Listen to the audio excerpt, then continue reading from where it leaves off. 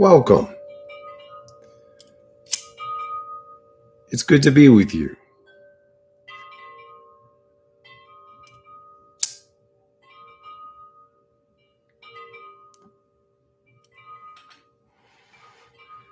I invite you to be conscious of where you have been before we begin.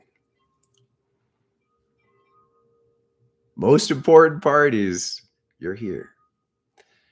You're in your body. Check in. Look down. How you doing with Gaia right now?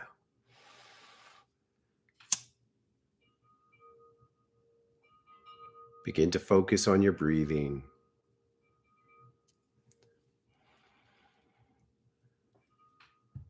Enough to trust it to change you. Good morning, Tom. Good morning, Kinsey. Good morning, Misty. Thank you for being here. Erica, hello.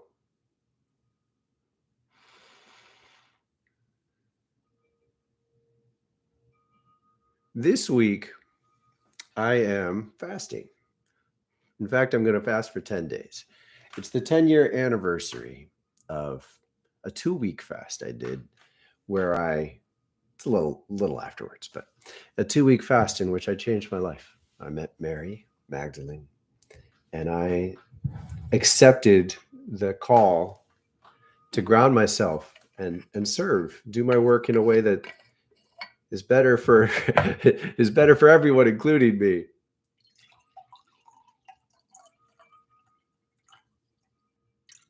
And I feel wonderful.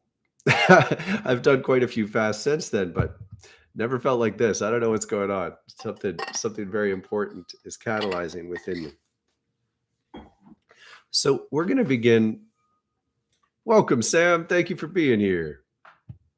We're going to begin by asking you, what do you need to put down for a little while? I'm inviting you to choose one thing. Now I chose food. That's pretty big. I'm not asking you to copy me. In fact, don't copy me. You got to know yourself.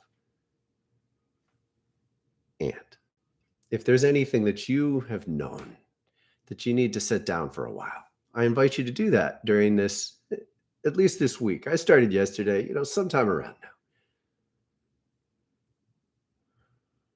Is there anything you're eating regularly that you know is not right? Sarah, welcome. Is there anything you're doing often, turning to some source of distraction that it would be best to set aside? I'm inviting you to choose together to do this for now. Make it 1 week from this Tuesday till next Tuesday. If you want to go longer, you're welcome.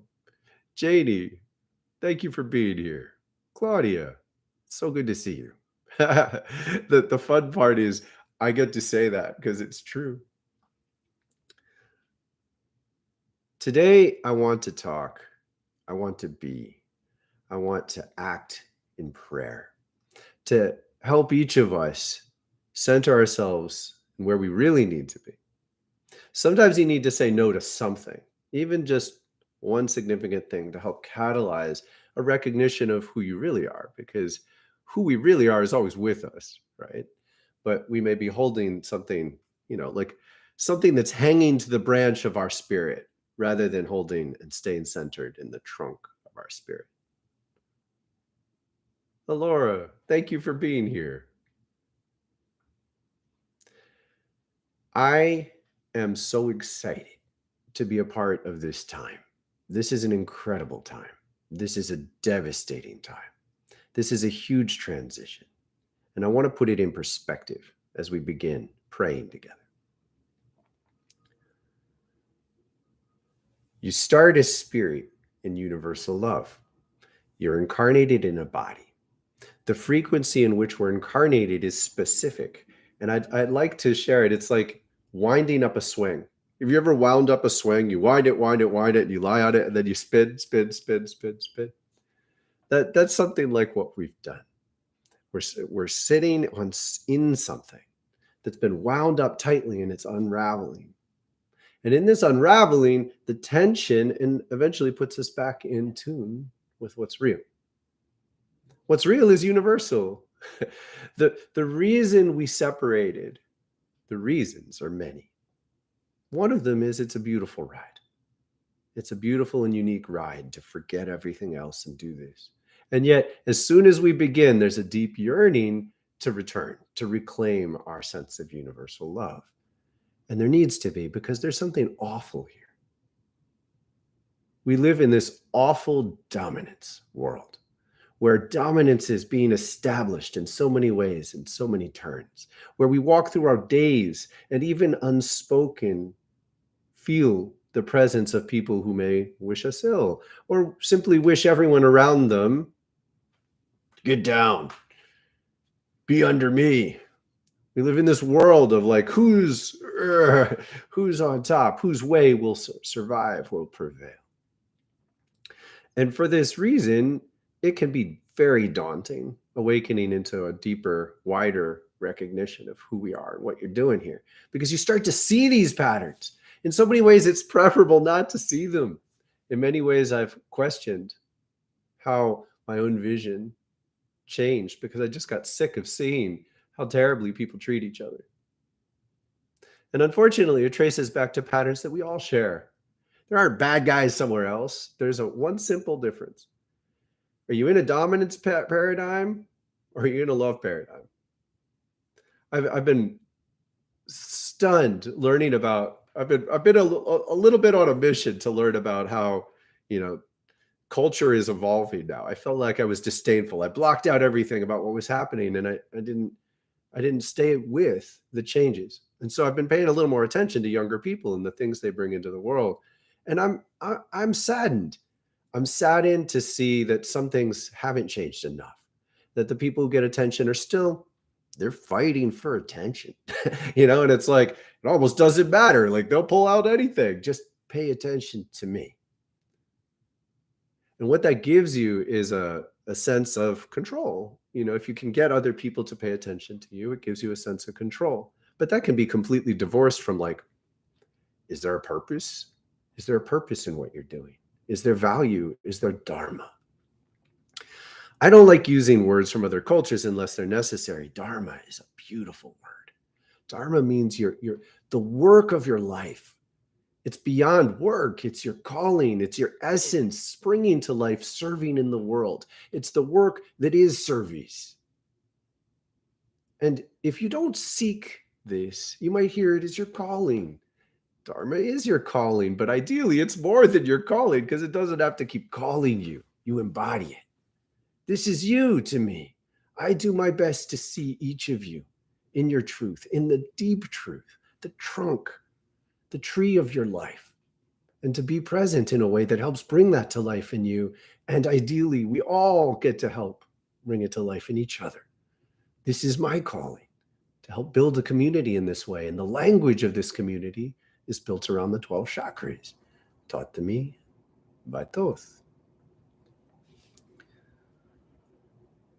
We begin with the heart because the human being is a heart-based instrument.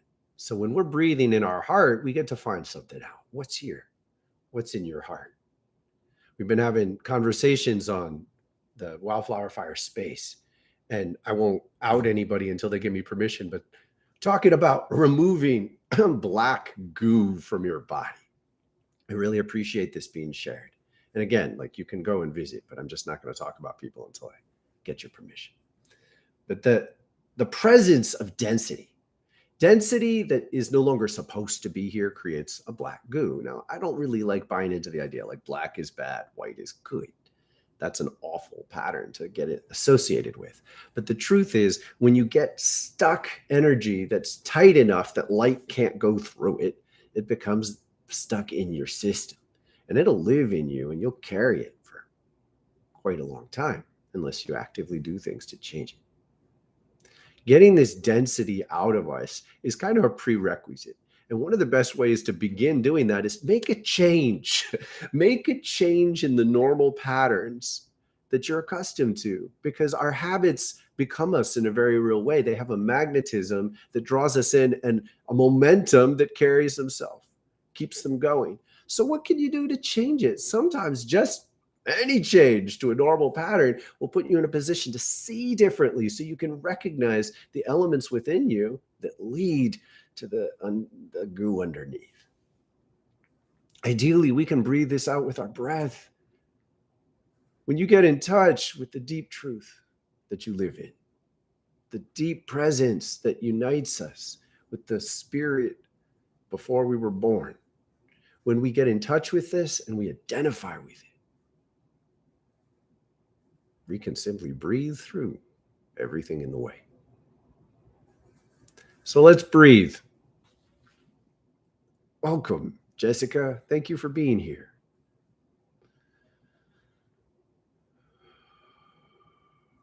I inhale deep through my essence, a straight line from my root to my crown. Straight. This straightness is actually a little tiny bit curved. So imperceptibly we can't see. It's a ray of the world. I am the light of this earth, moving from my root to my crown. And I embody within and between this. My body is an extension, a projection of this, a gift that was given to me to be present in a new way. Our senses are not universal. Close. I invite you to close your eyes. Breathe this channel of life connected to the heart of the earth. This is a wild flowing spiritual fire. It brings us an essence that enables us to stay true to who we are through every walk of life, through every community we pass. And I invite you in this moment to envision something that's threatened you. Anything. Envision something that has sought to dominate you, to force you to change in relation to it, and not in a good way. Something or someone that threatens to make you into what they want you to be. And this can be from your childhood. This can be from any point in your life. What we share together is the experience of being pushed and pulled to conform to ways of being that are not our own. And staying true to something deeper is one of the most remarkable challenges of this age, because not enough people believe and trust in who we really are. And I invite you to envision, to recognize a force that is sought to hold you down, and to breathe in this moment and feel your connection down to the roots that lead to the center of the earth. Feel the life force springing back up through the ground, through your feet, and up your legs into your roots and straight to your roots, springing from the earth. A magnificent activation as the energies that dance around this land realize you want to come to life, realize you want to embody and stay stronger and more vibrant. And as they realize it, because they see, and as their real eyes, as the Holy Spirit that flows through the earth sees you, oh, it wants to help. It wants to help. Can you feel this? You got to do some work here, people. You have to create yourself as someone who's calling out for help.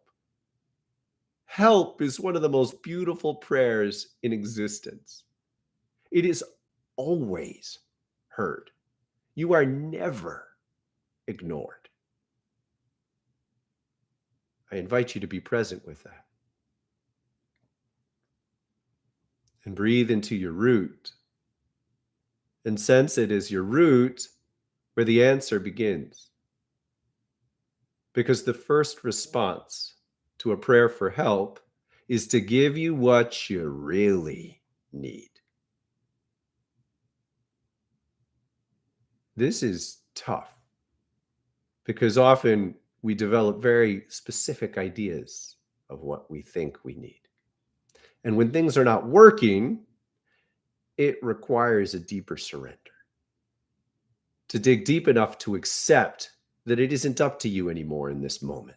The element that is being asked of you is to admit something's not working in your life and you don't really know what the answer is. The answer isn't to force yourself to do 3-hour-long yoga practices this week, because that's a force that isn't in tune with what you are.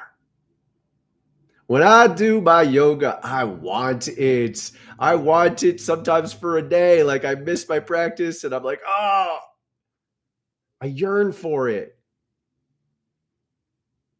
The things that you need to yearn for. You need to feel into. You need to feel it in you already needing more, like breath.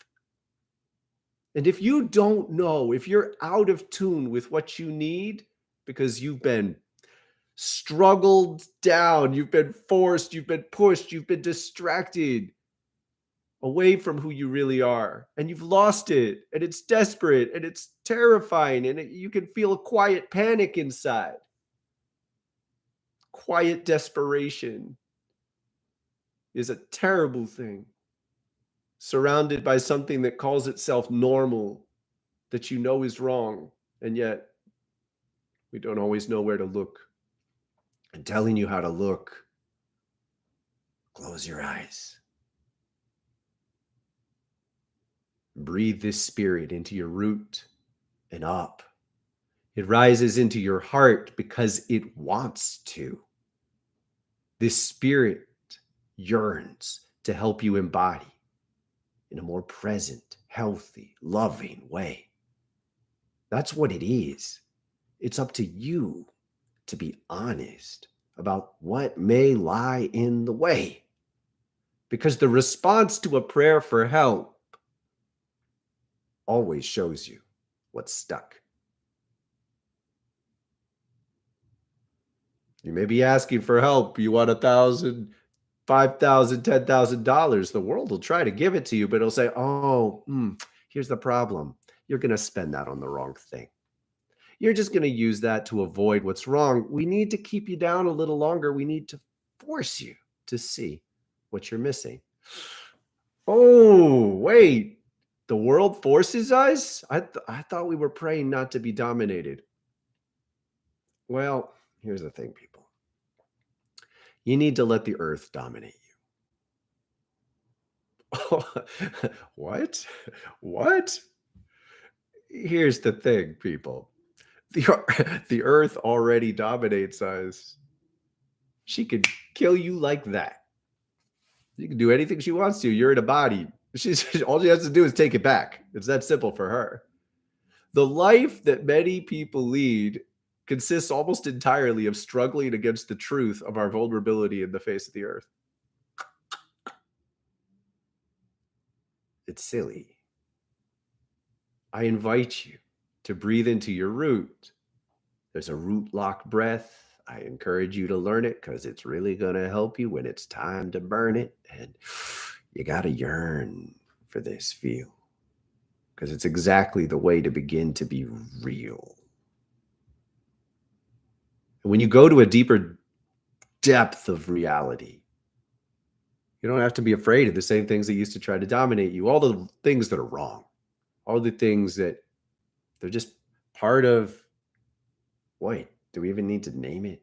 Old ways, dying patterns, bad habits, groups, collective elements of culture that seek to distract each other and themselves from their own pain.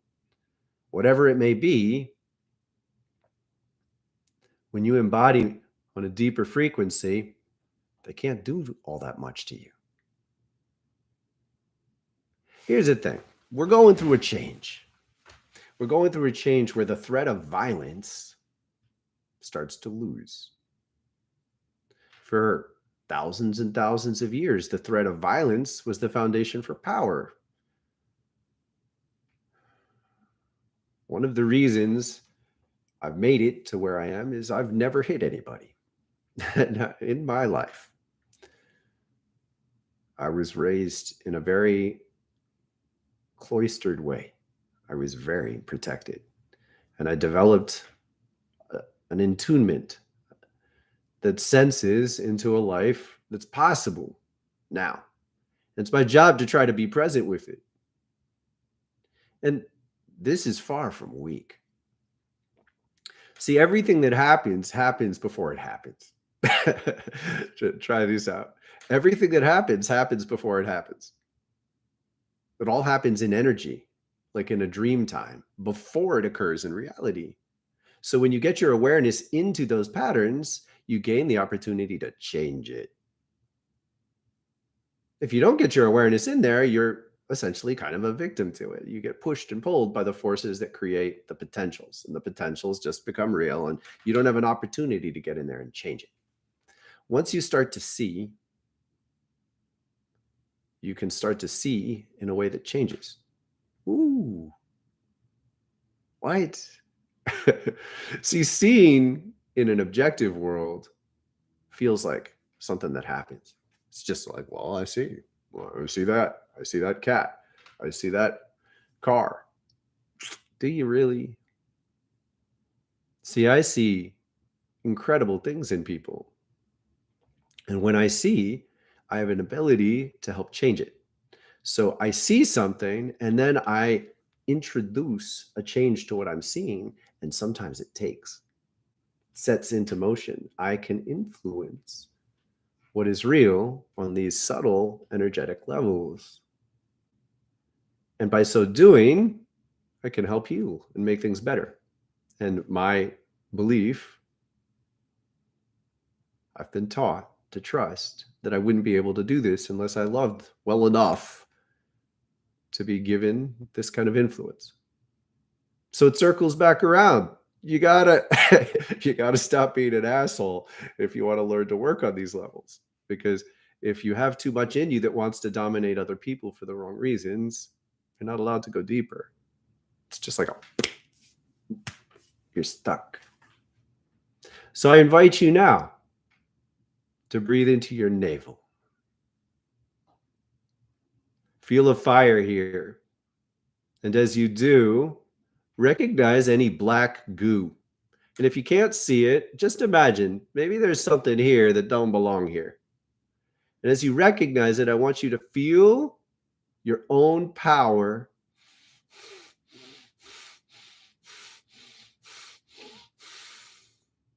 to breathe fire right through it. You melt it. You take apart the components that make it real, and parts of them go up and parts of them go down. The density comes apart like molecules becoming elements. And as the elements magnetize to where they need to be, they leave your body. But they can't leave your body as long as you hold this as a part of yourself. And you hold it as a part of yourself because you've been trapped in ways of thinking and in relationships that aren't right for you. So when we breathe fire into our belly,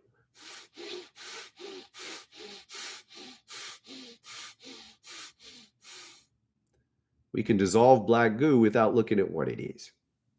See, a lot of times people think you have to know what's going on before you make it happen. You don't. It's a very deep surrender to recognize that your mind can engage bad habits, patterns within your life. And your mind can engage them in a way that you think it through and you come to the conclusion that maybe you don't want to be that anymore. But the problem is you don't have much leverage when you approach change this way. When you look deeper, you got leverage. Now look, don't worry if you don't know how to do this yet. That's the entire point of this work. I do invite you to consider taking the course, building the yoga into your life, building the meditation into your life. It's a path that leads straight into you being aware in a way that gives you influence over these forces.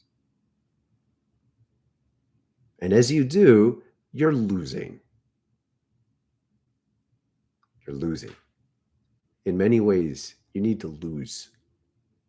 It's likely that you've been trying to be something that you need to give up. You need to lose. Not to me, to her. She's above and below you, by the way. You're in the world. You need to lose. We've been given the permission to try to create things that aren't really all that good for us, to give us a broader sense of freedom and autonomy. That's part of what it is to be human.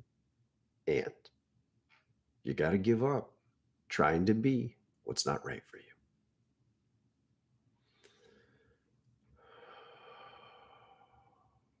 And I'm breathing into my belly, and I'm recognizing the presence of a dream I made a long time ago. And I want to share with you this change that I go through, and I believe you can see this kind of change in yourself. I was raised to win a certain range of games.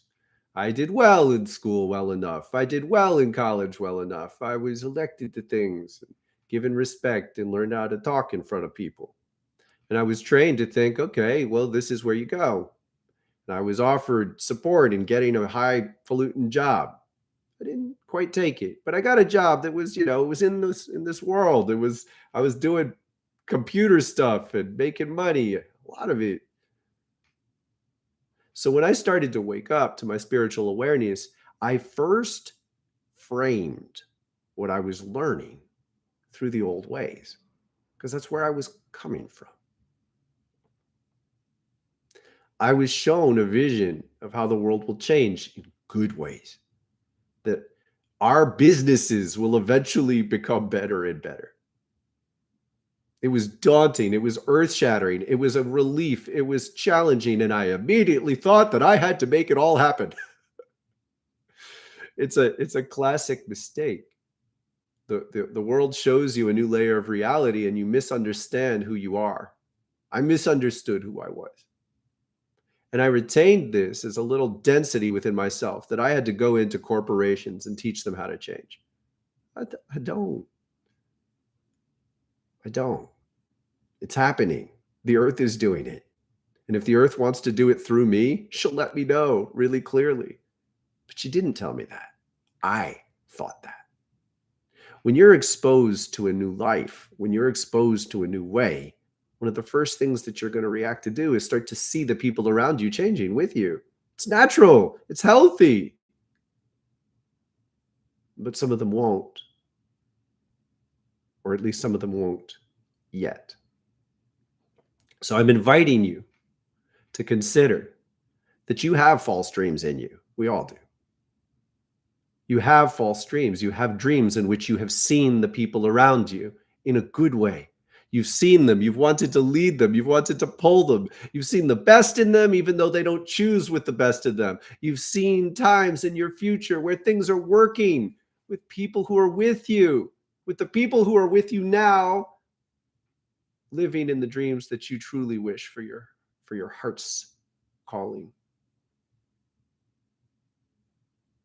And I ask you, I invite you to surrender them and breathe in your heart where you've kept your most sacred hopes and feel energy moving up into your heart. Let go of energy that's trapped beneath your heart. There's a wall. Your heart will not allow some things in. And you've been dreaming for things in your solar plexus. I want you to breathe into your solar plexus. And this is very simple. You're just going to breathe. And then as you exhale, lift up your stomach and push. Push. Use your internal movement of your body to push energy up into your heart. And as you do, say, I let go. I let go. I let go of anything that is not in tune with the truth of my heart. Just do it 3 times. This is powerful. And I see, intentionally, I imagine the presence of the dreams that I used to have dissolving, surrendered into my heart. And I ask that I be rewritten. Because I have a beautiful calling. I have an exquisite dharma. And I don't need to embody it in the wrong places. In fact, when I continue to essentially pray for making $20 million and having an endowment, which could be fine, it could be cool, but I've been pulling for that. I've been pulling for it in a way that's distracted me from my own heart. Hasn't been in my heart. The other day, I asked Thoth, did you want me to do that? And he said, no. I never asked him. It's phenomenal awakening to spiritual guidance, only to realize that if we are blocked, if we are trapped in our own imagination, we can't let divine insight in. And so I can have full, deep communion with Thoth, with other divine angelic guidance. And yet when it comes to a topic, to a theme in which I'm stuck, I will just, I'll be in my old personality and I'll lose it. I can't hear them now.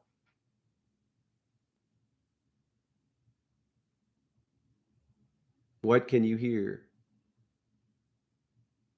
I invite you in this moment to breathe in your third eye. I invite you to consider doing this again if you don't feel focused now. Gotcha. It's okay to put it down, but it'll be here. Imagine in your third eye that you have a vision of yourself in the world and that you have some blind spots. You got a little black goo stuck in you, and it covers up your ability to see and recognize the healthiest vision for you in the world. The problem is our minds compensate. Our minds kind of make up for the places we can't really see and just sort of sketch something in its place. So we can't see what we can't see. We don't know where we're blocked, where we're blinded. And if you imagine this on purpose. Imagine that you have some black goo in your third eye and you pray to dissolve it. And we're going to do 3 breaths through the third eye.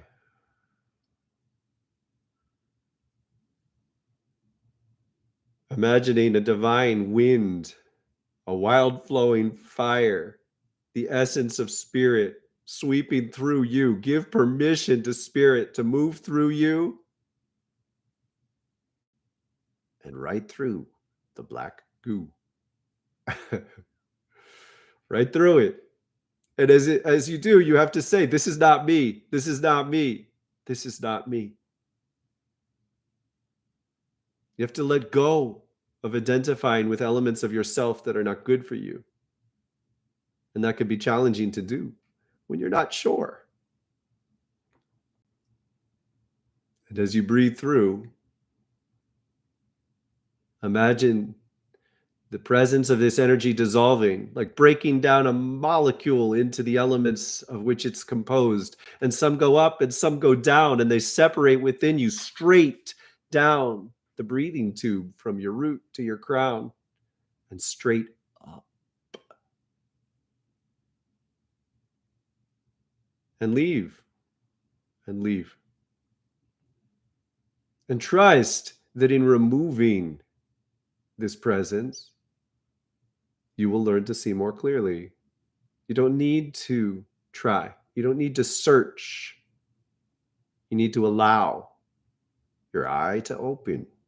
Your third eye is an eye. This is not a metaphor. It sees spirit. It sees presence in the depths that you need to live. You would not be here if you didn't need this.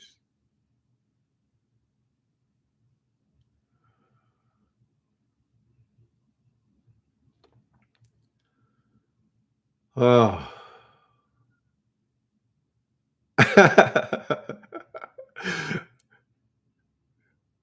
I just got this. I'm like, okay, so what do I need to see with my newly, freed up vision? And I got, it's like Valentine's Day every day.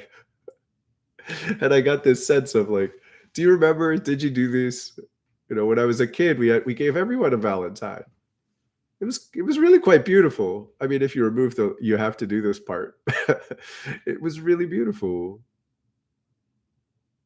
And we live in a world where it's hard to love like this because it gets misconstrued. It gets interpreted as an overture or an ownership or a request or a need. And I think many of us are accustomed to just say no a lot because we feel that need as a threat. We feel that threat as a Trojan horse that'll, like, if I let you in, you're going to hurt me. What if we came from a deeper space? Said, of course, when I love you, I want your life as it is to work. Of course, when I love you, I need you to care about my life. If you see something in me that's frustrated, don't rewrite my life for me. Just care. When I see couples fighting, I always pray for them to heal and work. I always pray for the trust that something brought them together in love. And I hope it works. I think it is very dangerous to presume that you can see an alternate reality for someone else. Until you see something healthy, presume there's something healthy.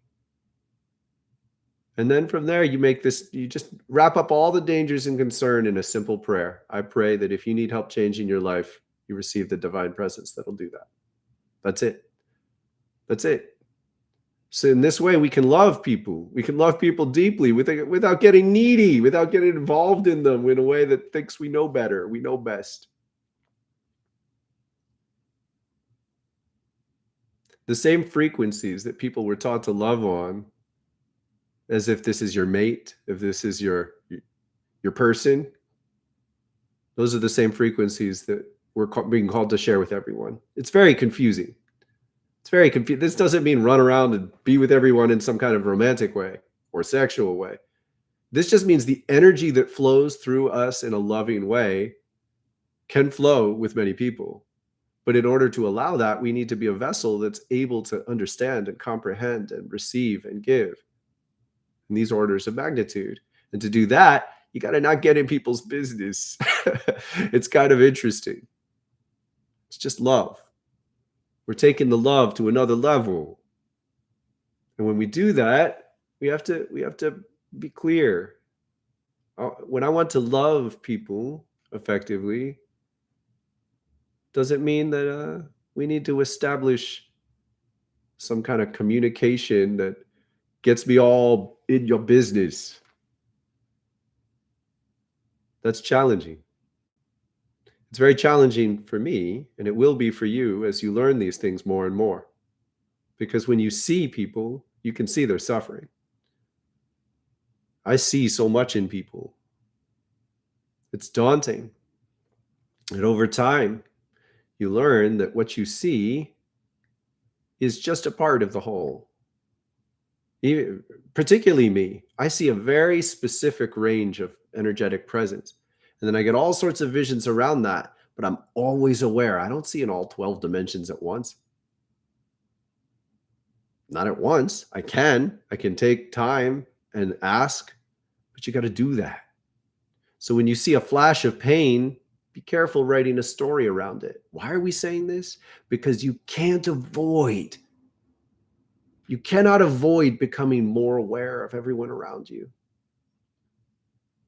It's all part of the same thing. As we remove the goo from our vision, as we remove the density from our sense of who we are, it's just like opening your eye. You're opening your eye and you just start to see all around you.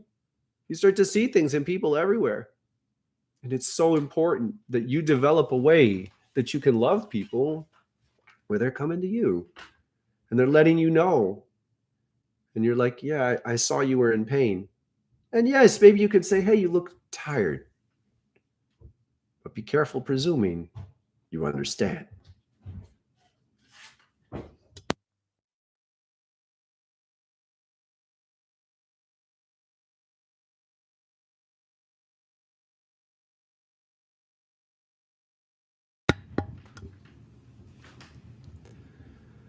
Christina, welcome. Thank you for being here. How are you all? This is gentler than I anticipated. I'm excited to be with you. Are there any questions?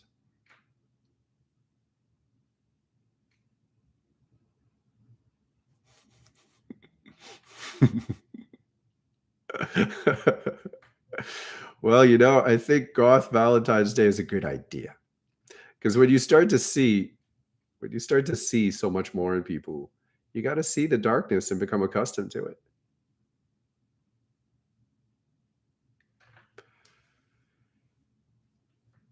The first and most important thing I'm trying to offer in this moment is that there are always reasons that we maintain a hold on our goo, on our density within us. And this is in many ways the hardest to come to terms with. That once you get rid of the problems you've known, you start seeing everything around you. It's the immediate boundary. So you have to be accustomed to seeing like Tim Burton. The Nightmare Before Christmas was one of the most healing movies I ever watched. I watched it at a time when my third eye was spontaneously opening. And all of a sudden I was looking at people and I saw things that I'd never seen before. And it was terrifying. I'm like, oh my God, they hate me. Oh my God, they're a demon. Like just seeing things everywhere. You can get trapped in this kind of world unless you know how to reclaim love. And so the Goth Valentine's Day is a beautiful metaphor because you have to be able to sort of stare at these, like people will show you, forgive me, don't mean to shock you, but people will show you terrible faces sometimes once you start to see between the cracks of reality as you've known it. And you have to let that be normal. Be like, they're a little angry. It's like you see fags in someone. It's like, they get mad sometimes. It's a tough one. I remember going to a party and I see so much. And I was introduced to someone, I saw their face and I saw fangs. I was like, they could take too much if I didn't draw my boundaries clearly with them. Like, yeah, they have fangs. Wolves have fangs. My dog has fangs. We all have fangs. Years and years and years ago, I was with a bunch of people and we did mushrooms together and we were out in nature and we ended up staying there for weeks. We did mushrooms together, but some of the friends were leaving and they literally showed me someone I was going to stay with who I didn't know very well. She was going to stay at the camp and I saw fangs and they're like, just be aware. And this was all, I was on mushrooms, so it made sense to me that I was receiving the spiritual communication. And later it's just normal now. But I was being introduced to it and I'm like, okay, that's her. Nothing went terribly wrong, but I stepped carefully around her, I saw this element of her in a way that it helped. It helped me navigate through reality without crashing into the negativities in people. But I had to be okay. I had to not be terrified. And I invite you to realize that you're probably praying for things and then the consequences are intense. It's like, in order to get what you want, you have to be able to be at peace with all this stuff.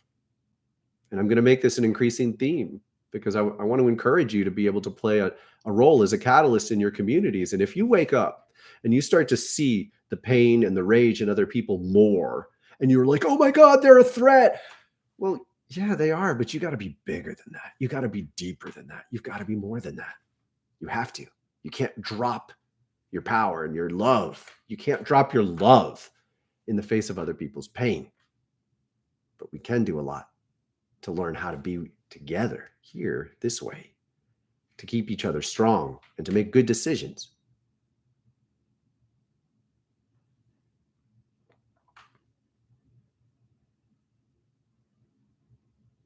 Yes, Sarah, very much. Nathaniel, welcome here. Oh man, yeah. So Nathaniel, forgive me, but I lived in New York City when all this stuff started, and forgiveness was one of the hardest things, right? And this is where I think what I thought of as forgiveness was giving people another chance and trying to love them a lot, like just sort of like, I love you. And I was essentially trying to pretend that negative things didn't happen. That's not forgiveness. When someone hurts you, there's an instinct to match that energy. Now, look, I'm going through my life, I'm living, I'm singing my song, and someone comes over here and they play a different song really loudly. And it's like they're energetically hitting me. The temptation is to match that energy and beat them, to push them away. But when you do that, you have to leave your beautiful song. But if you don't do that, you have to put up with getting invaded in a way that's terrifying. So what do we do? Because when we're going through life, people are going to hurt us sometimes. In fact, as you wake up to your deeper spirit, you're more vulnerable in certain ways at first. And I'm inviting you to realize there's a deeper place, and it functions in two ways. The first is when you can see the darkness, the demonic, the anger, it's all repressed pain, okay? It's all repressed woundedness. So first you have to be able to make that translation. Anybody who's hurt you, even when they seem to like it, they're coming from a space of pain. Always presume this. It never fails. Now, that doesn't mean give them free rein to do whatever the hell they want. And it certainly doesn't mean just pretend it didn't happen, grin and bear it until they're nice to you again. It means now you know they can do that. They're hurt there. But identify it as hurt. Next. You don't want to just match them. If they say something mean to you and you say something back, it temporarily relieves the pain. It gives you a little sense of center, but you just had to abandon your love. You just had to abandon whatever you wanted to be to match their aggression or confusion, because it's all coming from pain. So forgiveness means you're not going to do that. You're not going to remember someone as they hurt me really badly. You won't, because victimization, a victimized mind, actually exists in relation to the abusive power. So it means you identify as the one that abusive power dominated. Now, I hope this ties together. Any pain, anything that's wounded can seek to hurt you. It can seek to hurt other people. That's what woundedness can do. It's one way people relate to their woundedness is they try to hurt someone else so they can feel powerful. If you allow that to be strong in your memory, when it happened 20 years ago, you're still identifying in direct relationship to their energy. It doesn't matter if you're right. You're trapped there. Do you want to be there? Forgiveness means no, you're going to let this go. You're not going to identify with that. But it doesn't mean pretend it didn't happen. If you get cut by a knife, you need to heal. It just means don't ever pray to do that to someone else. And many people do. When many people get hurt, they become the person who just wants to hurt someone else in a terrible chain of abusiveness. Forgiveness means I step out of this. I refuse to be this. I will feel love. And that love connects into seeing them in pain. They are in pain somewhere in them, or they wouldn't have behaved that way. Trust it. Now, maybe you got to keep your distance. You might have to make a decision not to allow them in your lives. You might have to make a decision, and I pray you can do this part. Try to establish much better boundaries first for a while, maybe for years. Get good with yourself, saying, it feels like they're off tonight. I just can't do this. I'm sorry I can't hang out with you. Start to say no. Start to step around people when they show you that they're feeling sick in these kind of ways that would mistreat others. And from there, you can be compassionate. Compassion is not the same as giving them a hug. You might have to know, you're going to be over there, but I care. And I feel so strongly about constantly reinforcing these tools because they're some of the most crucial elements of how to stay awake. You can't stay awake unless you learn to navigate around the pains that you're aware in, because other people, they react against it. You're coming to terms with who you are. You're coming to terms with what you feel. You're coming to terms with being able to see your own pain and wanting to heal it. Other people don't want to yet. They'd rather numb it out. They'd rather avoid it. So as soon as you're there being real, that's a challenge. That's a threat to their reality on a subconscious level. And they'll start to react against you in tweaky ways.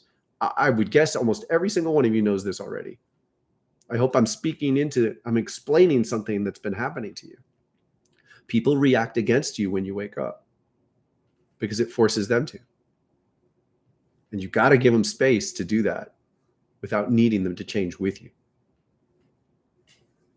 And that's where forgiveness can come in. You forgive them for being where they are. They're wounded. They're sick. Most of us are sick and wounded in some ways. Haven't met somebody who isn't. So by acknowledging that and praying for that in them and just making new decisions, you release. And it's a heart. Forgiveness is one of the deepest actions of your heart you can take. It means you never have to stop feeling your love. You don't have to become someone else in their presence. You get to keep being your love, but you might change how you share it.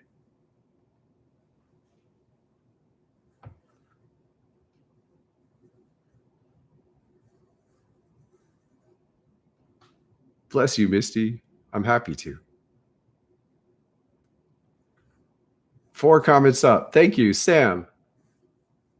Absolutely. And that's the thing. Just by doing the basic yoga, it functions in 2 ways. First of all, yoga is the art of this, okay? Yoga is the art of helping to stabilize your energy field as you awaken. And it's also the art of helping to call yourself to awakeness. So you can do it before you're essentially awakening, and it will set you up internally to accept. And the world sees it, the spirit of love. The Holy Spirit that flows through the world sees, oh, this person's trying to wake up. They're trying to be healthy. And it gravitates towards you. And the yoga I'm teaching was taught to me by Thoth and Shiva. I spent more than 10 years talking to them every day as my job. I don't know how else to put it. Every day is my job, pretty much. Now, I didn't always get it. I didn't always understand it. A lot of the work was just learning to listen. And that took a long time. But the point of this is to develop a simple enough system that it's not just aligned with the movements of the body, but it's aligned with the movements of the cycle.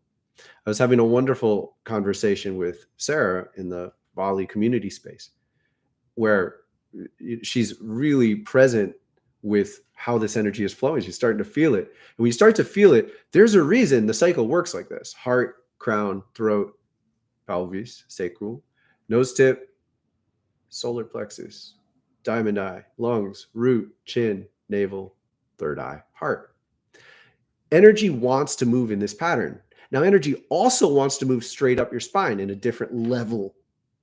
In order to get the energy to move straight up your spine, you've got to set all these other patterns in the right place so it can flow. And this other flow that you can learn to recognize goes in the key ring cycle. And so when you reinforce this cycle with a daily or every couple days moving meditation, you are constantly giving attention to each of these spaces, and you're moving energy through them, and a lot of it takes care of itself. And when you're needed, your spirit will start to tell you in different ways. And so your job becomes learn to listen to when your spirit is saying, hey, I need your help with this one. Like, I'd like to just move this through, but it's not working, and I need your help. And a lot of your dialogue with your spirit ends up starting there. Your spirit is trying to do good work for you. It knows how. You don't have to tell your blood to pump. You don't have to tell your white blood cells to attack a disease. But when you learn to be present with them, you can do it better. When you learn to be present with your white blood cells as they fight off disease, they'll be better at it. Same thing. Same thing. When you learn to be present with the energy on the level of the chakras, it'll work better.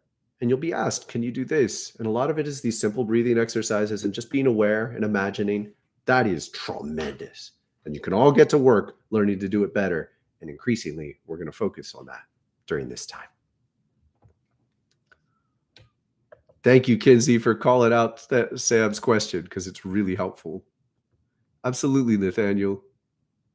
And welcome here. I don't know if you've been here before, but thank you for being here and participating. Yeah, actually, yes, it does both. Chiropractic, I was introduced to chakras by a chiropractor who helped me at a time when I was frozen. I was lost. And she helped me with chiropractic, and then she said, by the way, you might want to look at this. So basically, there are lots of levels of ourself. Lots. The best way to engage it that I know of is to just focus on mind, body, and spirit, because that gives you 3 very powerful layers of focus where you have direct influence. But there are many more layers than that.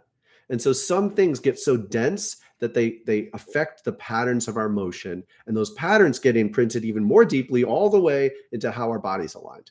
And so sometimes you just need to crack the body into a new position. And once you're in that new position, the density of the physical body will actually reflect into your mental and spiritual space. So you gain an opportunity to reframe your mind. Now, if you don't use it, your mind will just gravitate back to the old patterns and you'll recreate the density in your body. They go back and forth. So you can change the body and it'll end up putting you in a position that your mind will change. In fact, when you're stuck in your mind, the best thing I know to do is to work with your body at first, then work with your spirit.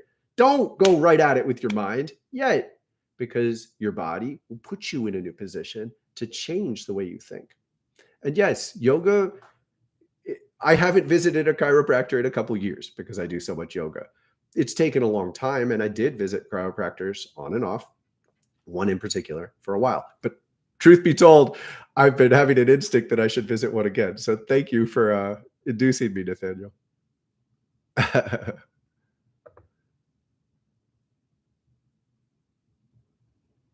Yeah, do be. I mean, chiropractors are incredible. I've never considered it something I needed to do weekly once I started yoga.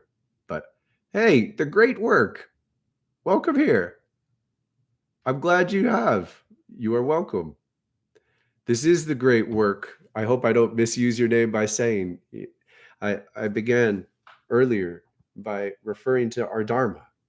I'm not big on using words from other cultures unless we need them, but we don't really have a word for Dharma. The best would be calling. But calling does imply just one element of this. Our Dharma is the work we do that we love, that we can love, that's a calling in our life that reconciles our karma. So it's all at once. It's the trust that every single one of us has a divine way to be in the world, to make the money and feed ourselves and clothe ourselves and keep us warm, and to serve both at once. And it's moving through us in a way that you're going to work out your karma. You might not like it, but it's ideal for you and you will learn to. When someone has violated a tremendous boundary, they're in jail, shall we say. The best stories I've ever heard of is they go through a transformation where they want to help other people not do that. And they do love doing that work. And it's their dharma because they're wrapped up in the karma of that kind of exchange. And serving to change it is love. It's an act of love. And they get to look at someone else who might make mistakes that they made and help them change them. That's deep. That is beautiful. And I forgive me for riffing on this, the great work, but I think that's another dimensional way to say it. This is the great work of our lives, to tune into how you can be in the flow that's ideal for you, and to trust that the world wants this for you. It exists independent of your mind. You don't have to control it all.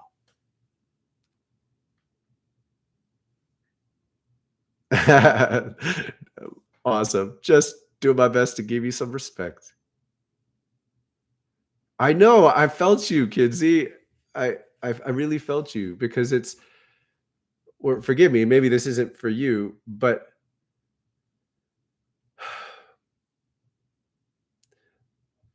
it could be so tempting to see things in the world that inspire us and then to think I have to be that. Like I remember being a kid and thinking I had to be a baseball player, It's natural. But it's such a different question. Like things maybe inspire us and yet not be our job.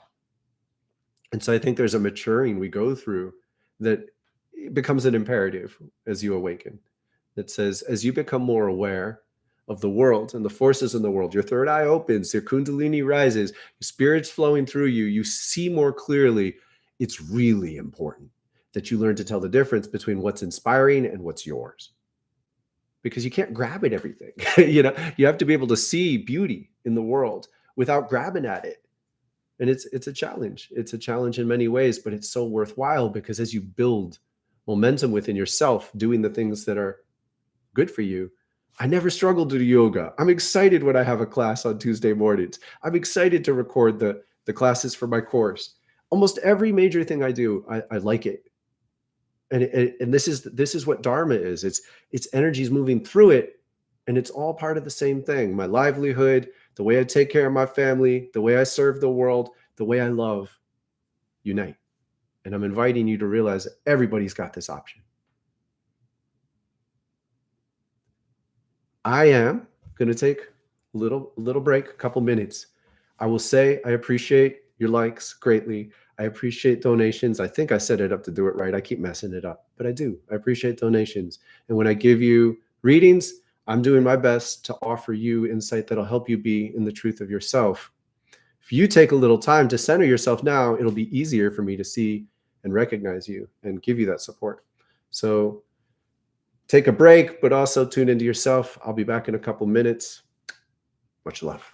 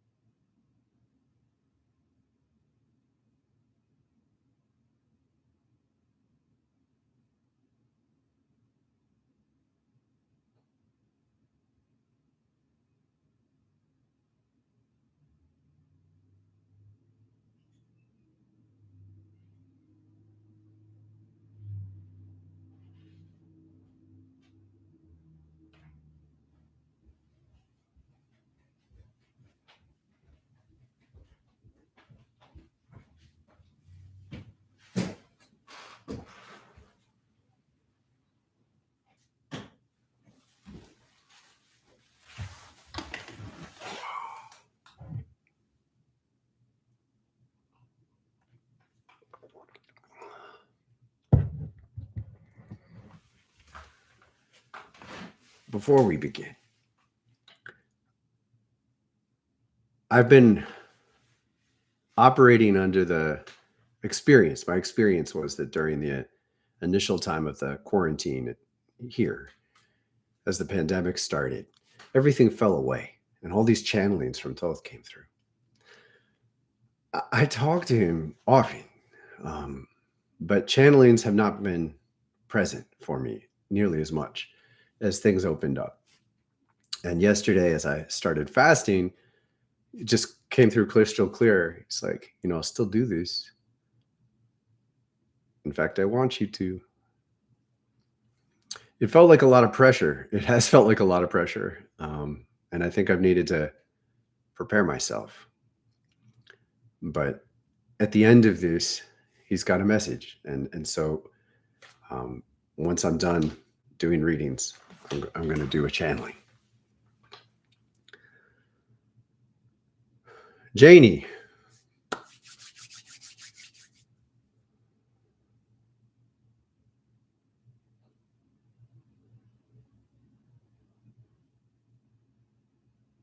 So it looks, first of all, that you have an incredible ability, and I have not seen this in you before. You have an incredible ability to leave your body. It's really cool, but it looks like you've gotten spun out by it. Um, as you may know by this point, a lot of my encouragement is to really love being here. I love exploring too. I think it's really beautiful and really exciting. I'm looking at your heart though, and there's a red there, and red in your heart can mean a lot of things. It usually it means there's some unmet needs in your life. There's a need that's trying to get through so strongly that it breaks through to the surface. And it often involves some degree of anger. The reconciliation is the red that's more like Valentine's Day. That's like that anger turns into passion as you find what you really love. But it is a bit of an imperative. You need to be focused on following this need in your heart. It's heavy, it's strong, and it can turn into a beautiful passion. And I mean that in multiple senses. The word passion, usually when healthy passion moves through you, it's functioning in several levels at once. It's functioning in your creative life. It's functioning in your movement into the world, what you share. You need to be with this, Janie. It's time to kind of break through some stuff. It's time to allow that fierceness to be a part of you in a way that might be a little scary, but well worth it. Oh goodness. Yeah, in your navel, it's like it's ready to like just move out. There's some goo there. There's some goo there. And so the fire in the belly exercise from earlier would be a nice thing to add to your routine. But more than that, and I'm really on this with people lately, but you could do some core yoga. You could, if you don't, sit-ups. All right. Build some strength in your core because it's like there's a rotten, if you cut a tree down, the roots are going to rot eventually. You don't need to dig them out of the ground. They're going to rot and return. So it's like you've got some rotten trunk piece of root in your core, but you could move this process along. You could make it faster if you do some core work, break it down. And then look up at your third eye, and it's like you're not used to seeing yourself this powerfully. Almost like you're scared, like, oh, I don't want to hurt people. Yeah. I think this is a good day to look at that, Janie, because yes, we introduced the concern about, seeing the pain and the rage in other people and that being threatening. Ultimately, you become more powerful. You have to be concerned about not hurting others. You do. And you can do this. You can do this. You are well suited for it. I trust you with this power more than probably most of the people around you. Just take on the challenge to be wise, to be well, to be healthy in a way that can be supportive and gracious with others. So you don't shit on people around you. You can do this. I encourage you to see yourself as someone who is needed. The world wants you to have this kind of influence here in your body. You'll still get some cool dreams, I promise. Hey, thank you. Thank you. Thank you both. Sarah Smith.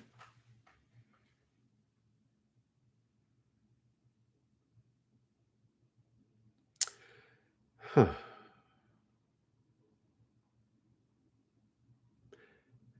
The first thing that's there is your money doesn't work now. So it looks like you've had a flow with money that did work and now it doesn't. I invite you to see this as sort of normal. If you imagine we're living 500 years ago and you inherit a farm with a barn full of grain. you can sell each you can sell each of the bags of grain. Once you've sold all the grain, you don't have any more grain. You had an amount of something that you kind of inherited in this life. You just had it and you were able to give it away. It's an energy. And you were able to share it in a way that drew money to you. And now that phase is ending. And rather than looking backwards, I encourage you to look forwards. What is it that you can settle into that's even healthier, even more effective? Because it looks like you've been good with it and you were fine. You're humble. You didn't need more. But the reality is you're being called into more. And so you have to let go of where you were to trust this new way, and you're in between, and it's a little disconcerting. And just try to be at peace with that, because I don't see much density here. There's just newness. You just need to step into it and get used to the patterns that are drawing you. The best way I know how to do that is to emphasize your practice, tune into yourself, stop thinking about this stuff. And then as you awaken to the way it changes your mind, some of these answers will clarify themselves without pounding at them. This is all in your sacral chakra. It's pretty healthy. It does look like you've been changing in this way, and you almost don't believe it. Like, what? Be healthy here? No, you look pretty healthy. So just take care of yourself. Let it change your mind. Don't struggle so much, and try to watch the signs for what's the world asking you to do. When I look up into your navel, again, this is strong, clear power. Needs a little processing, but not even much. Like, you don't need to do a ton of sit-ups. You just need to do a basic practice. Tune in. Your navel's strong. Who you're becoming is already here. You just don't know how to think about it yet. And when I look at your third eye, it looks chaotic. It looks like you almost don't want to deal with it because there's so much going on. You're too focused on what to do. That's so loud that you're not relaxing into it. You need to let the game come to you. Okay. You need to feel the flow. And if you notice yourself going, I've got to figure it out.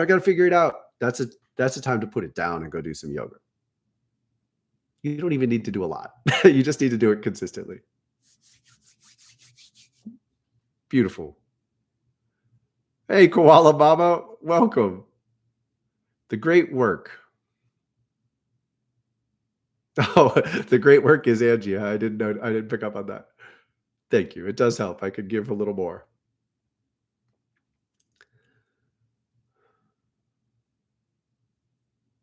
Memories are still haunting you. You're safe. You're safe. You're safe. You're safe.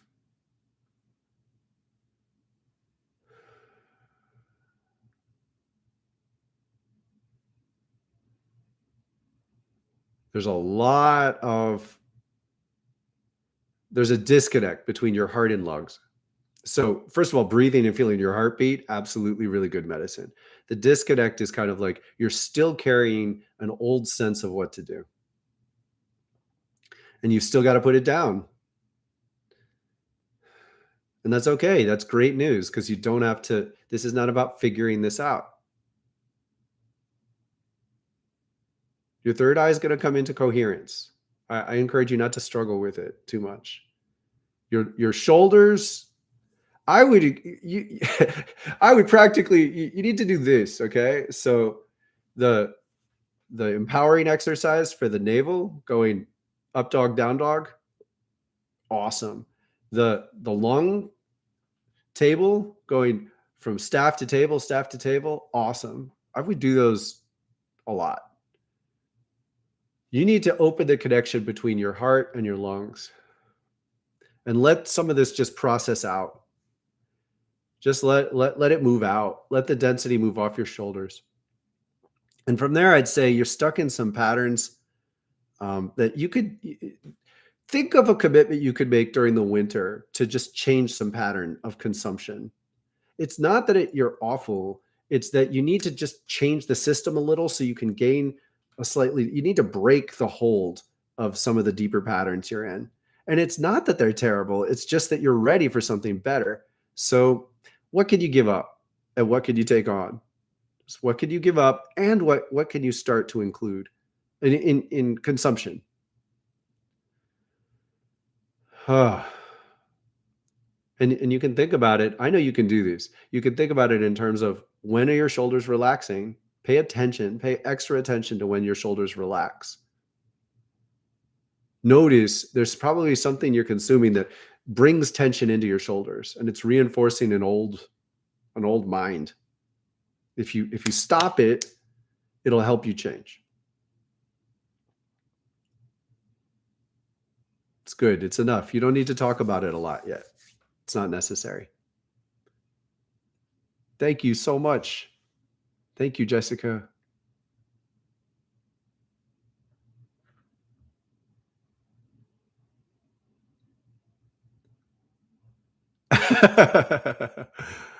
Uh, Erica, don't mind me. I'm getting called out. Erica.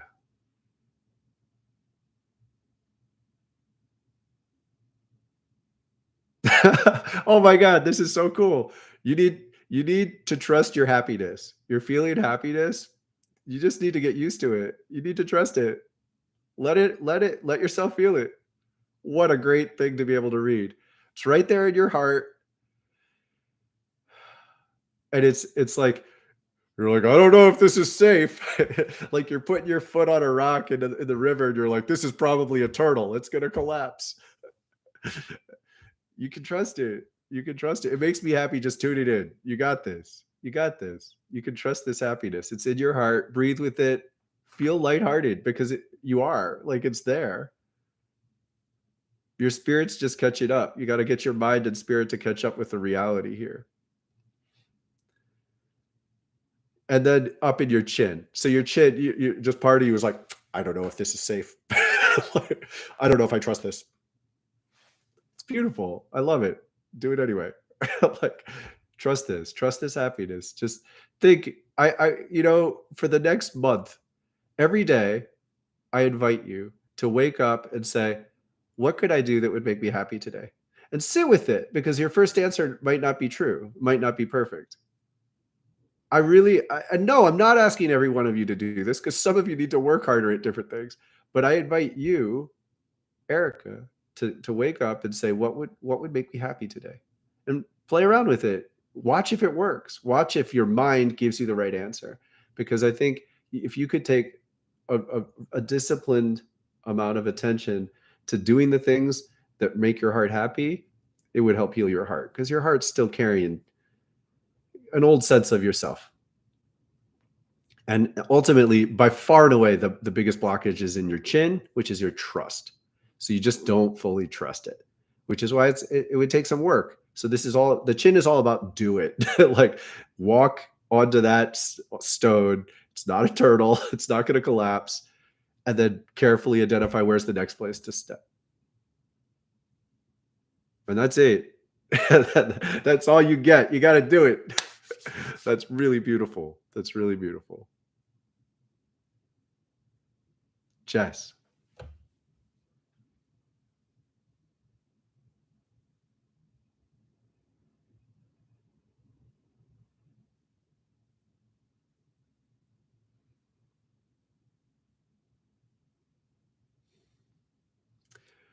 Right in between your lungs and throat, there's a blockage.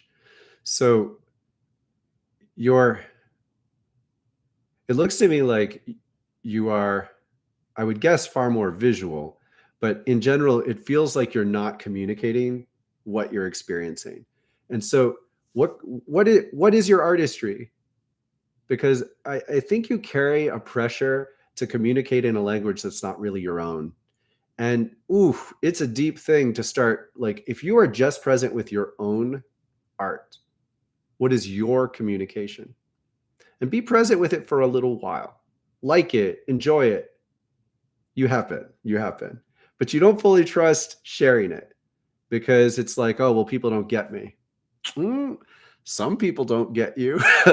But this is the drastic nature, is that if you put your art out there, the people who get you might be different than the people you have tried to communicate with.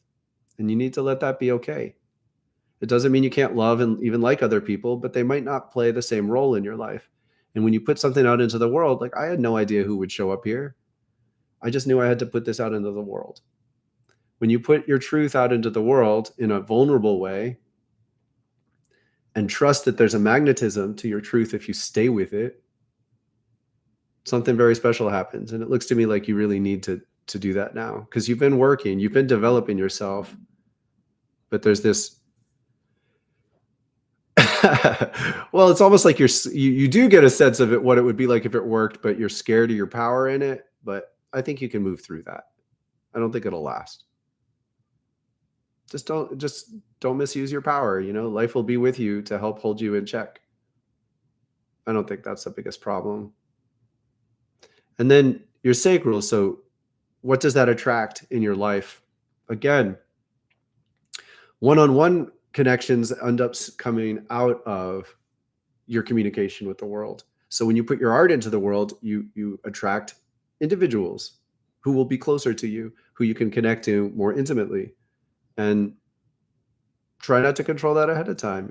Like set your standards, set your values, be aware of when you feel good and when you feel uncomfortable, but trust that you can handle this as you go.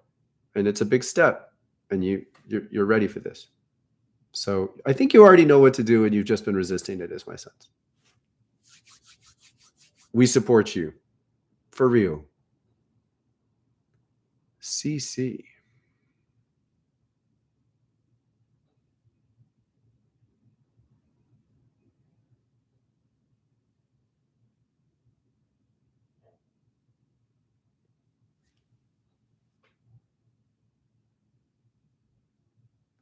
Huh. So it looks to me like you're facing your root. You're facing, like, you've been making choices that you've been hesitant to fully do what you need to do because, like, a community of people reacts against you. So it's like you're losing your membership in something, by choosing yourself, and that could be really daunting. I think that's a change that many of us can relate to, and I just want to be present with you in it. And if you're not conscious of this yet, I want you to trust that when you take care of yourself, and you could do this explicitly by working with your root, you breathe. Please learn the root lock breath, 12 essential breathing exercises. Everybody needs this, okay? But you really need it. This is where you control the flow into the foundation of your life. And when you take care of your root, it's a magnet that attracts you to the community you need. It draws you, and it draws opportunities to you that show you what that is if you don't know yet. It looks to me like this is where you're at. Like, you need to trust this and stop trying to control it. Like, if people react against you for embodying your true self, that's helpful. It's nice when people react against you, because now you know that's who they are, and you're like, whew, don't need to keep struggling with you anymore. And also, there's a sense that, like, you have guilty pleasures in entertainment. Like, maybe you've had an idea of what it is to be a spiritual person, and they're like, oh no, I can't listen to Katy Perry anymore. Like, listen, you know, you could. I think it's important to give yourself some of the media that works for you, and just trust. Like, pay attention to how your body feels. Don't overdo it, but don't say I am now spiritual, so therefore I never do anything that used to be fun.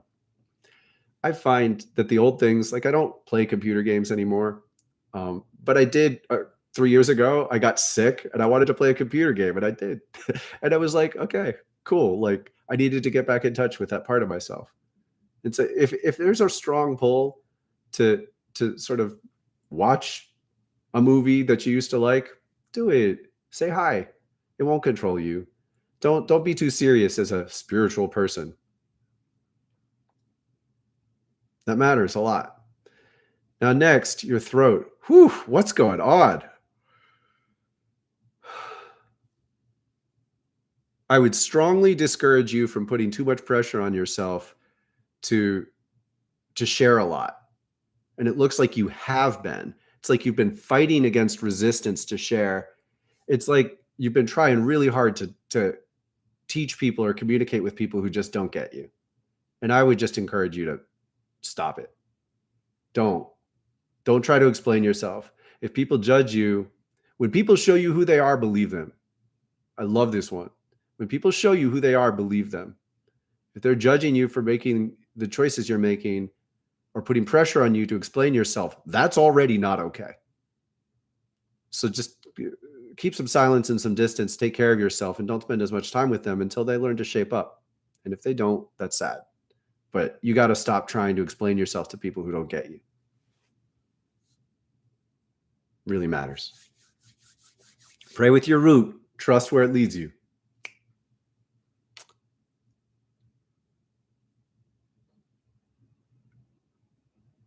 Cyprus, my goodness. Katie, thank you for being here.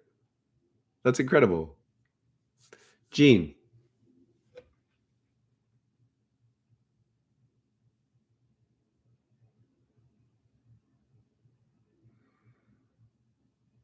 Wow. There's a softness in your third eye. Like you're learning to see more clearly in a way that's really great. I encourage you to trust it. Relax into this. It takes some time. I'd say 7 weeks is what I sense. And I encourage you to measure this. Like I would encourage you to be specific. Relax into this. Just get used to this depth. It's really good. And I trust it. It's like you got to come into focus with your third eye, but you're really learning to open it and tune in the right way. Let's look at your shoulders. You've often had, you still got an urge to rush ahead and do stuff. And I just encourage you to slow that down for 7 weeks. Slow it down. Just like don't resist the urge to make drastic new choices, particularly if they involve suddenly pouring your energy into an old project. Just you need to tune in to this new depth. There's a huge urge that people get when you wake up, a lot of energy to go spend that energy on something you used to want to accomplish. But the reason you didn't do what you used to want to accomplish is because the energy wasn't flowing. So don't take this new energy and go do that. Tune into why you're getting this new energy and where it's coming from.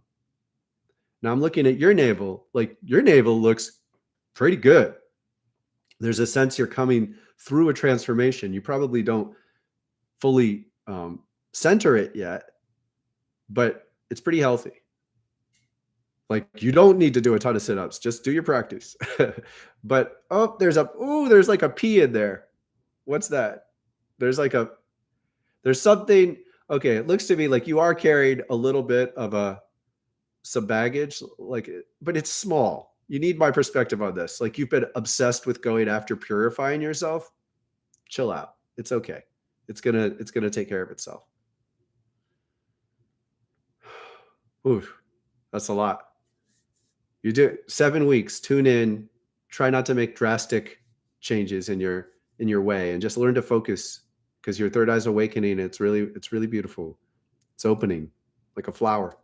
Like give it some space to do that. And maybe just, it's okay if you take a little more alone time for a while. Ryan. Yes, Ryan. All right. So you're really thinking about love a lot, and it's having an impact. It's good to think you've been doing that meditation. It's working. You're still looking up too much. You're still looking up too much. Like you're trying, and it runs the risk of being like spiritual bypassing. Like I do encourage you to look around you more. Just be in the world. Be present with your body, or yoga for real. It's important to recognize when the urge to go deep in meditation is coming from a healthy space and when it's coming from a little bit of a spiritual bypassing place. This isn't drastic though. I'm just saying, look, you're a wonderful person. We want you here with us. I love what you see. You often say things in a very insightful way that help other people and then proceed to say, oh, I don't speak well. And I'm like, what are you talking about? That was beautiful. There we go. Yeah. Just trust this. You've got a lot to give, and I think sometimes more can be given in a paragraph than a page, particularly when it involves a new way of thinking about something or seeing something, given at just the right moment when someone's asking. There's a choking in your throat, similar to CC. Wait, let me separate this.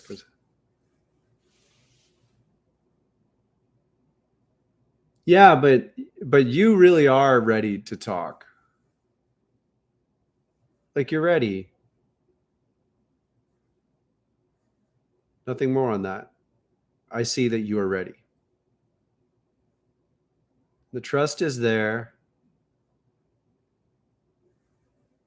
Yeah, like for you, it's really big. Your third eye, like you just see a lot in other people, and I think you have a natural urge to not be present with it. I'm telling you, when I first woke up, I lived in a house with 6 people within a year, and we were so close, and I saw so much in other people, and it was really overwhelming. It can be so daunting to see the depths in everyone else, but it's important to realize they've always been there. This isn't new. You're safe. You are being shown these things because you are being invited to help make them better. But you don't need to rush. Get used to this. Like this is work for you. What am I missing? I'm missing something. Huh. A ton of blue energy in your diamond eye. It's pure. It's safe. Like you've cleansed that space like amazingly. If anything, no, it's not too much. You've done an incredible job. Like you're safe.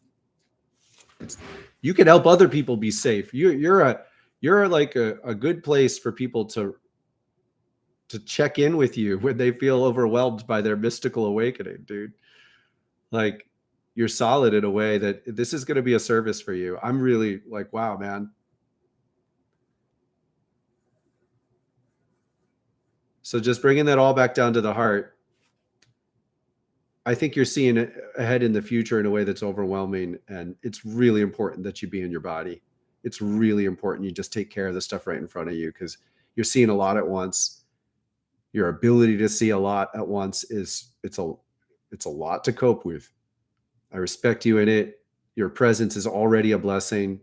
Don't need to try, but do bring it back into your heart. Bring it back into your heart. There you go. There you go. Koala mama.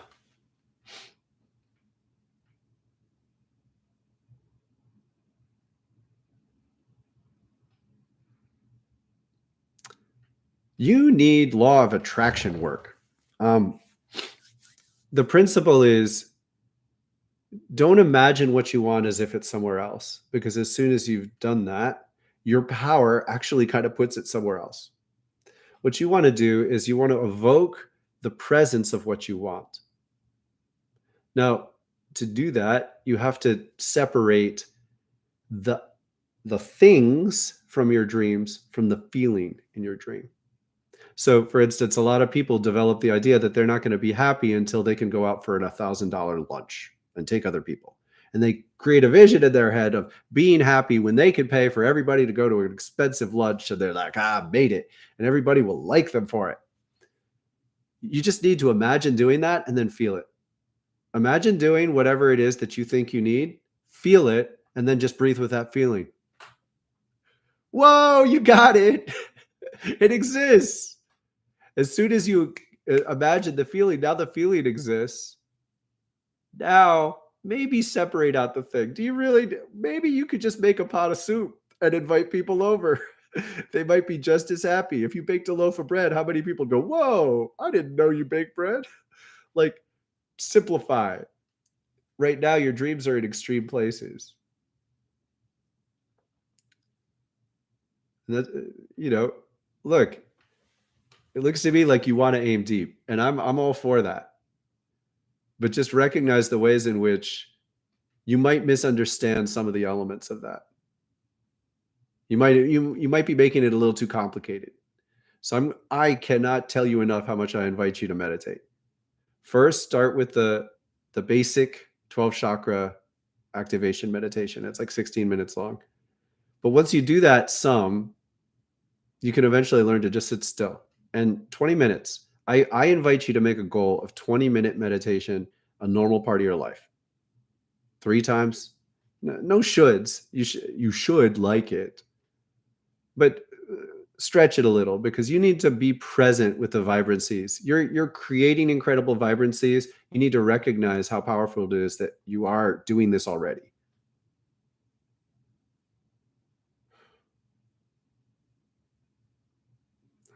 And I'm breathing through your third eye. Your third eye is congested. So you need meditation to help you just clear your third eye. 20 minutes. Learning to sit still for 20 minutes is a big thing. You do this, do it some more.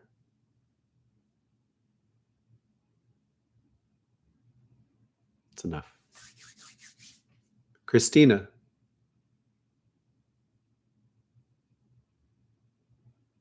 You're too mean to yourself. It's like you're slapping yourself to wake yourself up. Stop it. Stop being mean to my friend Christina. Like, cut it out. Like, that's not the best way to wake up. Now you can splash some cold water on your face. Like there's something to be said for shocking, but do it in a way that's healthy. Cold is good. Cold showers, like 2 minutes even. I don't mean to be, pushy, but I think that could be useful for you. Walk. Just walk more. I encourage you to put a high priority, and this I do encourage for everyone, but definitely you, Christina. Get outside for 2 minutes as soon as you can in the morning. Just get outside and look at the sky. Look far away. It's good for everybody. I do this every day now. Bring my little daughter in my arms, even when it's cold, and then she'll tell me when she wants to go back. But she's excited to see the trees and the birds.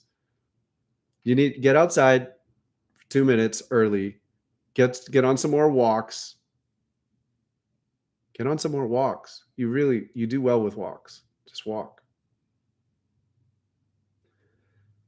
Now, there's a lot going on in your root. It's unstable, but it's not well, there's it's confused. Your root is confused. So your community is really unsettled and it's confusing for you.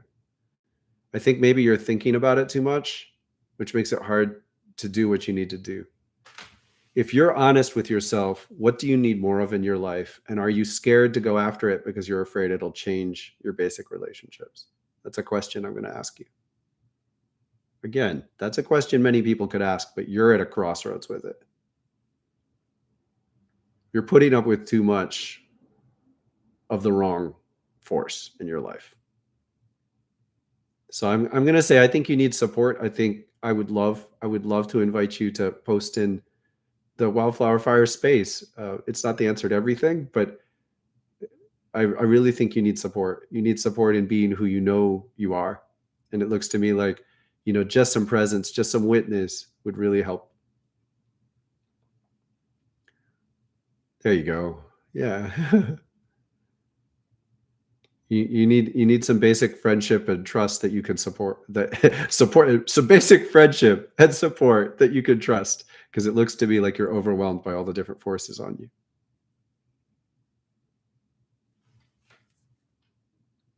It's good. It's good.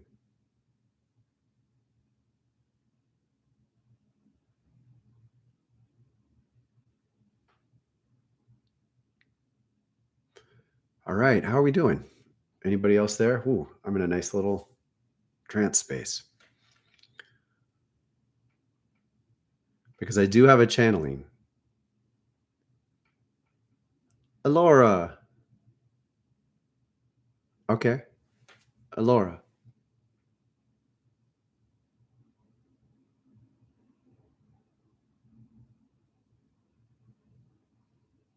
Too much in the mind. Like your mind is trying to take too much control over confusing situations.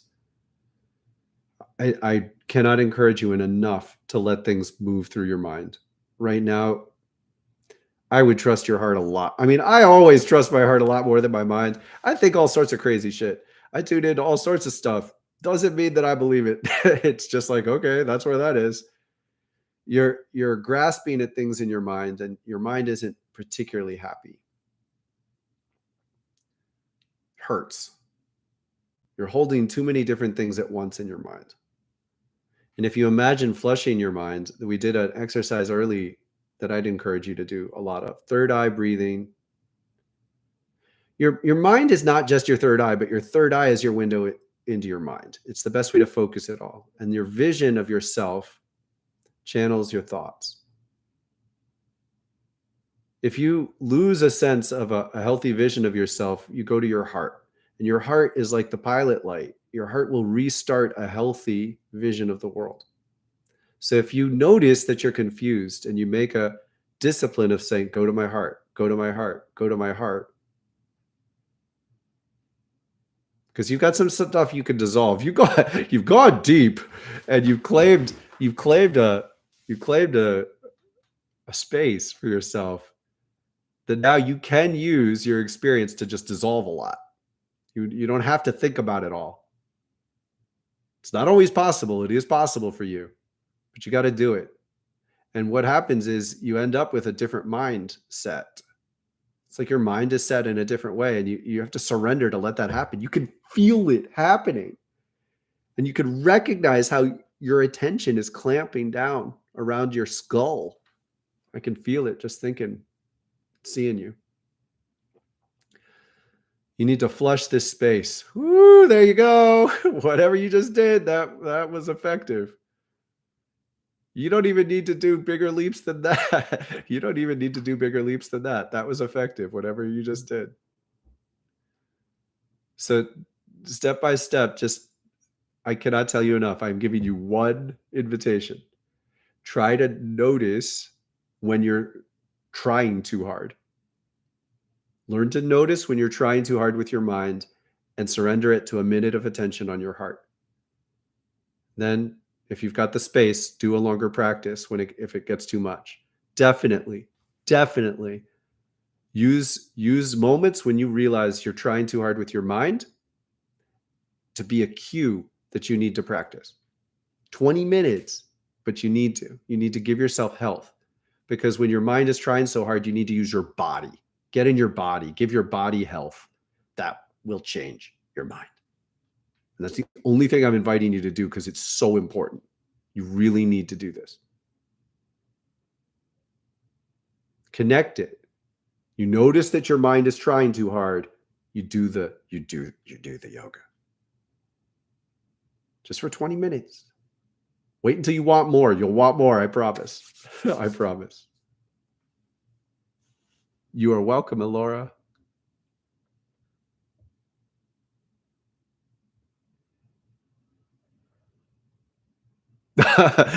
There you go. Well, I don't know if you experienced this, but after migraines, sometimes I feel so clear, and I try to pay extra attention, like what's working, what's clear to me now, act on it, trust it, stay with it. Because when a migraine sweeps through, it's a sign I've just taken on way too much at once. I still do this. I've taken on way too much, and I can just sweep it through with energy, and it can hurt, but that's a sign you want to do it fast. So it makes sense. All right. Any more readings? Any questions?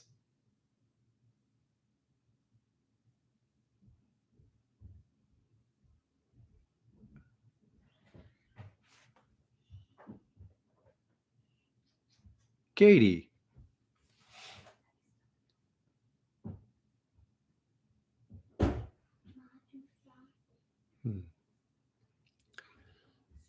It looks like there's a split between your third eye. So you're too polarized, and you're only identifying with, you're avoiding anger. You're trying to say it's not you, but it's just there, and you're losing power by refusing it. Here's a very, very simple lesson. Kinsey just made a short out of this, and it's so helpful. When you get angry, there are two basic possibilities, and you have to ask yourself the question, which of these two possibilities are you in?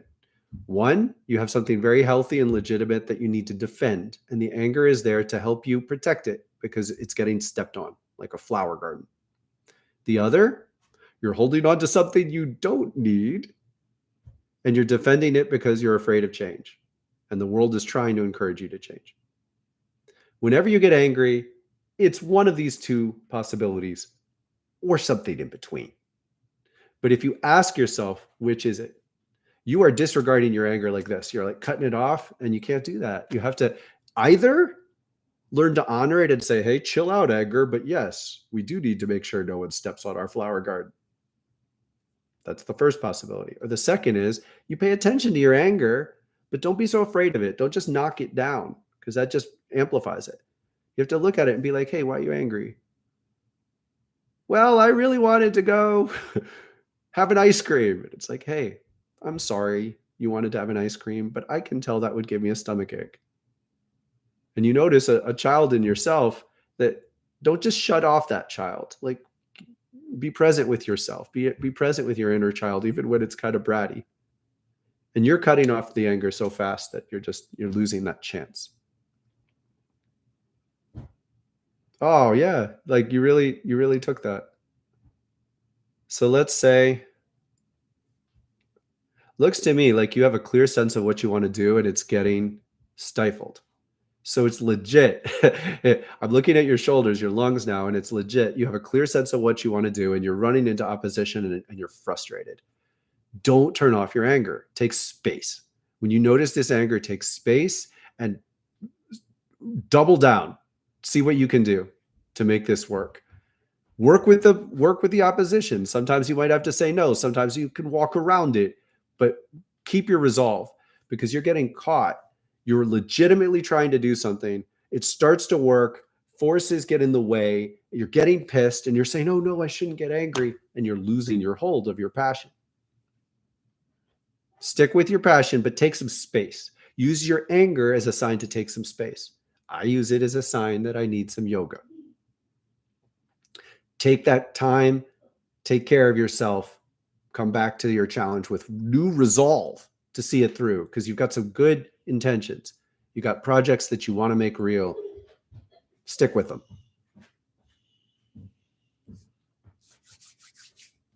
You got this. Nathaniel.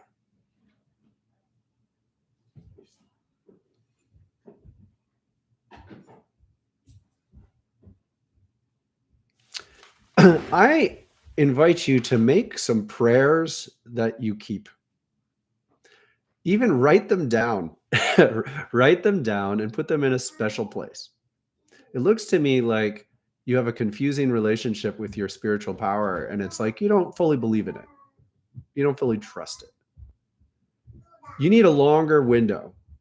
Again, Kinsey just made a short about this one. A week. You're going to make a prayer and you're going to look for signs of the world seeing you, responding to you. And give it a week.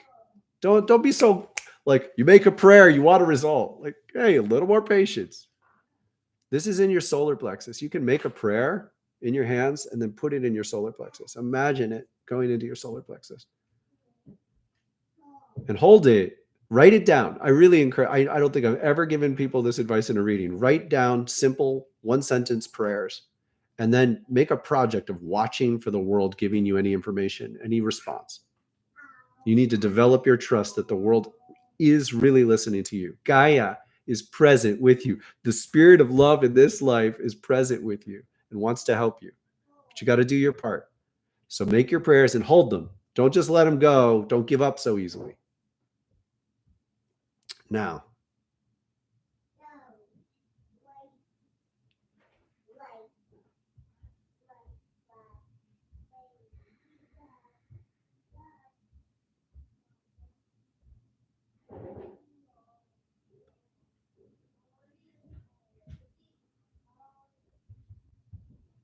there we go. That's enough.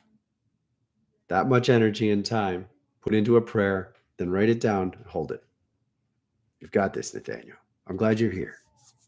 I'm glad you're here.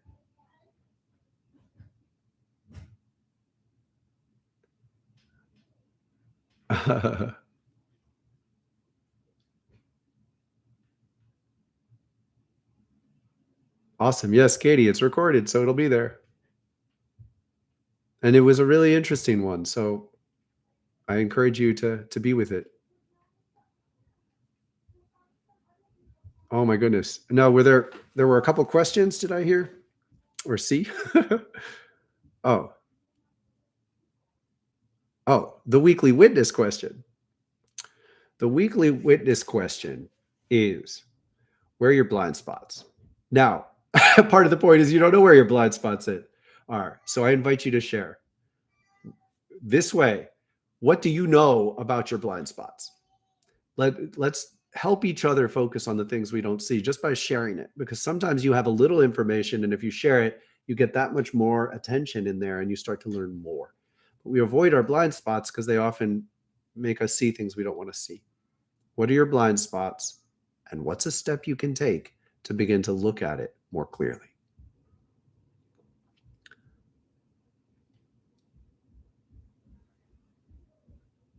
Okay, there's a channeling.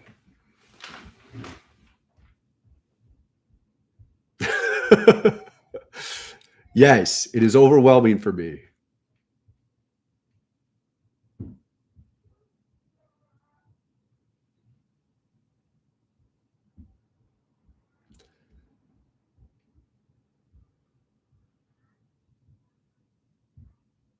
The world is in a new kind of transformation that has well begun.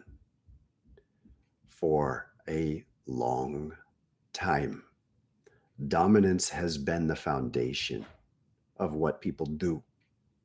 And it has been possible to dominate without intention other than to dominate. This is becoming impossible.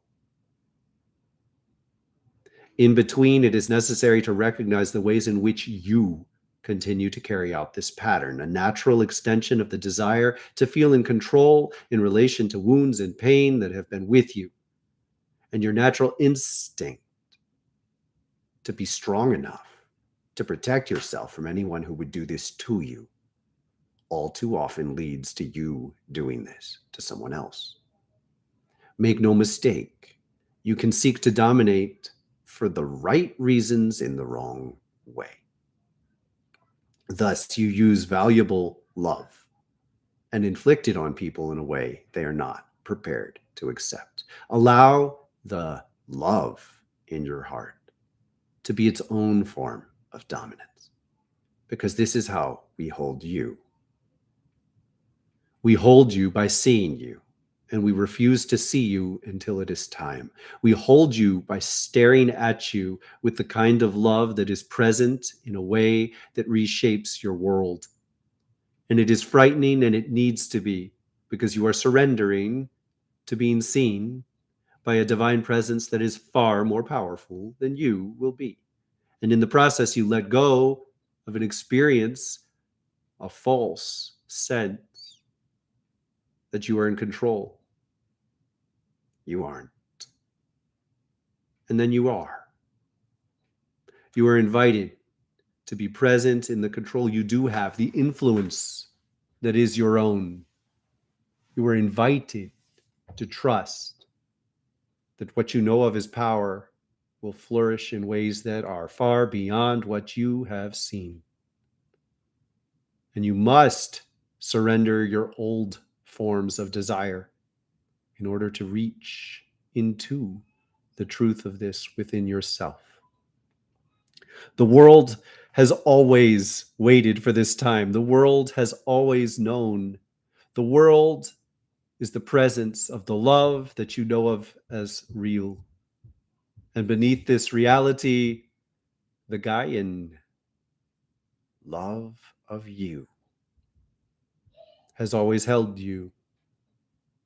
In the denial of what is real, another presence has been possible, a dream world, a dream world that has existed for what you've known as thousands of years.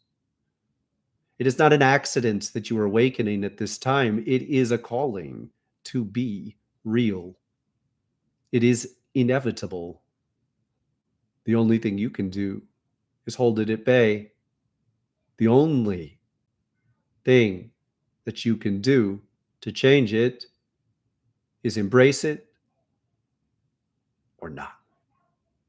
You will lose if you fight it, but you will be magnetized with other people who are also fighting it, and you will learn your lessons that way. It is a painful way. I do not invite you to trust.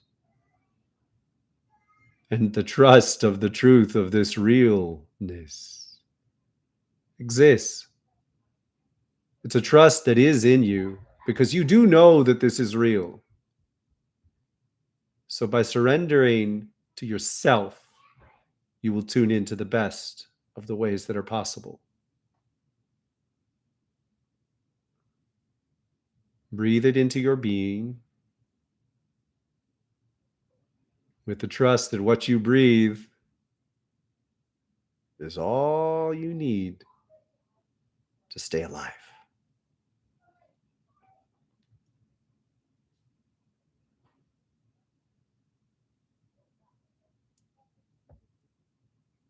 It's enough.